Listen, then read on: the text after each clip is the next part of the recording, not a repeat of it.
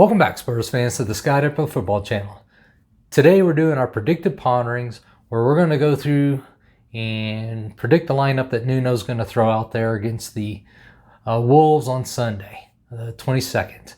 So if you haven't been here before, please subscribe, support the channel. I definitely would appreciate it. Want to build a solid community of people here that we can engage and interact with. Hit the like button as we go through and have this conversation. If you have thoughts or ideas, or you have comments on my thoughts, throw them down in the comment section. Let's have a conversation. So with that being said, let's just get right into it. We'll go through the lineup. I think Nuno's going to do the same thing, do a 4-3-3. I know he's run a 3-back at Wolves a lot. He's even occasionally ran 4-2-3-1, but with the amount of success he had with that against Man City, and Wolves has a stronger at least center forward option, I think we got to protect that back line again. And Wolves midfield are very technical. They're much more technical than our midfield is. So I think they could cause us significant issues in that midfield if we're not protecting them and that center back pairing that's going to be in there. So I'm saying 4-3-3, just like we did against Man City. Of course, in goal, we're going to have Lloris. Who else? Galini looks like a decent young guy, going to build up. But, why wouldn't you throw Lloris up there? On the outside left and back, it's going to be Reguilon. Shouldn't be anyone else. Davies kind of shown his inabilities against Fiera in the midweek match, and there's just really no options out there.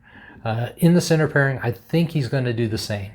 Go with Dyer and Sanchez. Personally, I think that's risky because you're putting a lot of pressure on that midfield to protect those two, especially against a quality center back, against a quality center forward in Jimenez, and a very dangerous winger in Traore, who did play on the left side in his first match, but that doesn't mean that they won't throw him over on the right, knowing that there's going to be space over there because Reguilon's bombing forward a lot of times. So I think it's dangerous for that pairing to be there. They're both prone to errors and always at the wrong time. Even though they had a good match against Man City, but that's due to a lot of protection from that midfield. I don't think that's going to work out quite as the same way exactly in this match. But if it was me, I would prefer to see Rodon in there.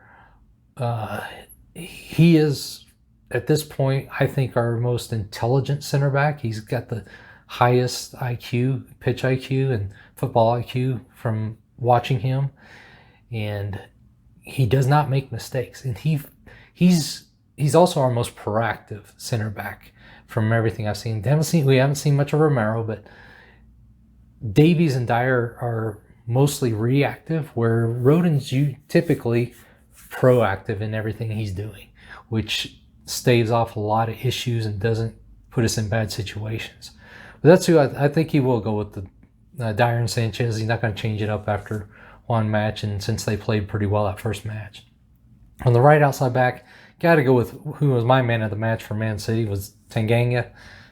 Shut down the prowess of Sterling, De Bruyne, Grealish, all those players they had out there, and Mendy trying to bomb down that their left side, our right side, all match long, and he just would not allow it. Definitely the man of the match, but this will be an interesting challenge for him.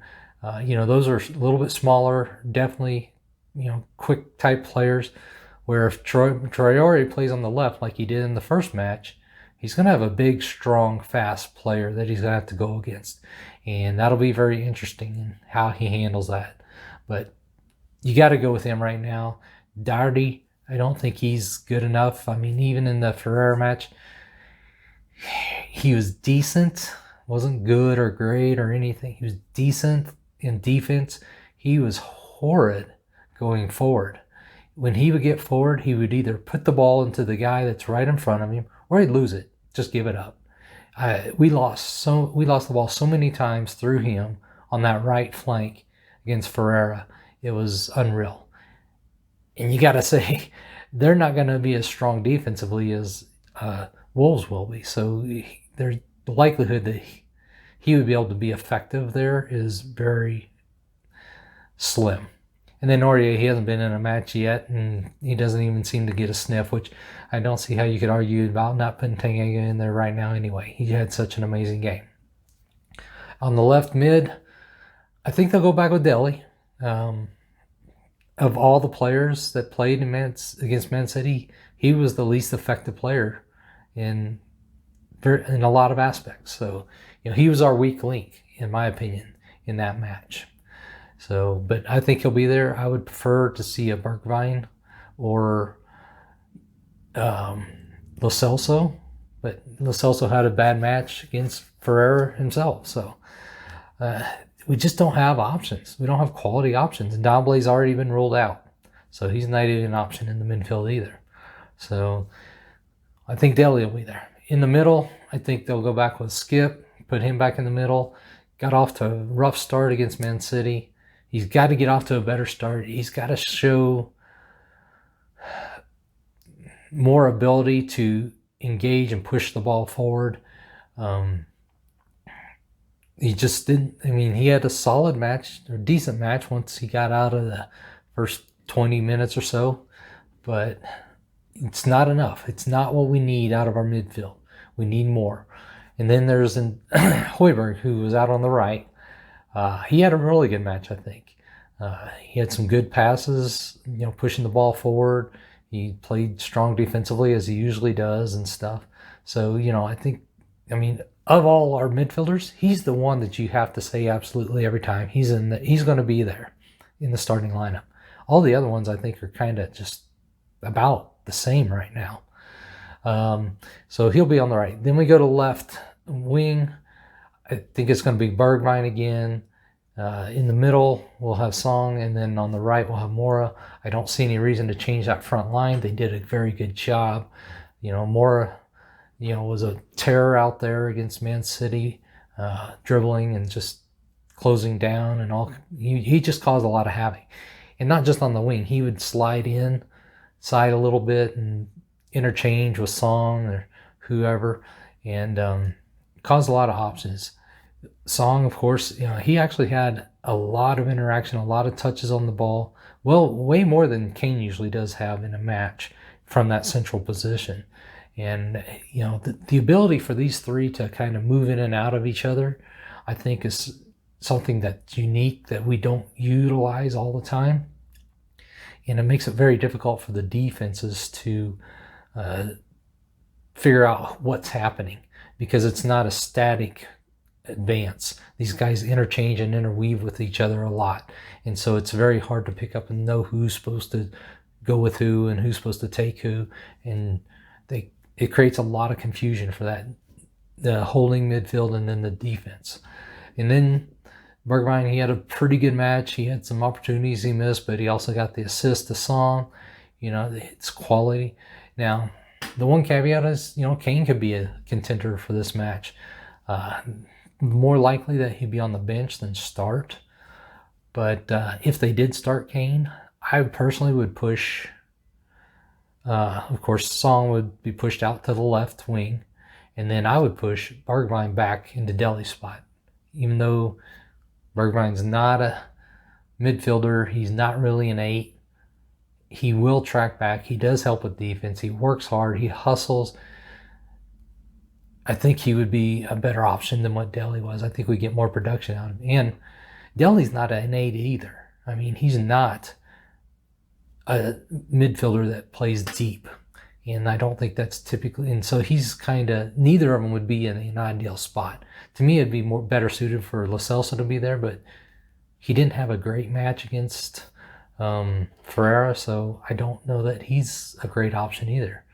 So, I don't know. And, he could be an option on the wing or even in that midfield, but he was okay. He did some things decent against Ferreira, but I was not overly impressed with him that I would say he needs to be starting in this match in any way, shape, or form. But that's my lineup that I think Nuno's going to go with. Leave some options on the bench, some decent options. But, again, I think we're thin on options. That's just what we are. That's the way we've been for the past 3 years. The second line team, just the drop-off is significant from what we put out there to start a match. And except for the center back position, I would argue that the two that are probably sitting on the bench, Rode and Romero, are every bit, if not better than Sanchez and Dyer. So, that's really the only arguable position that you may have greater talent sitting on the bench, aside from maybe Harry Kane, of course. But that's what I got.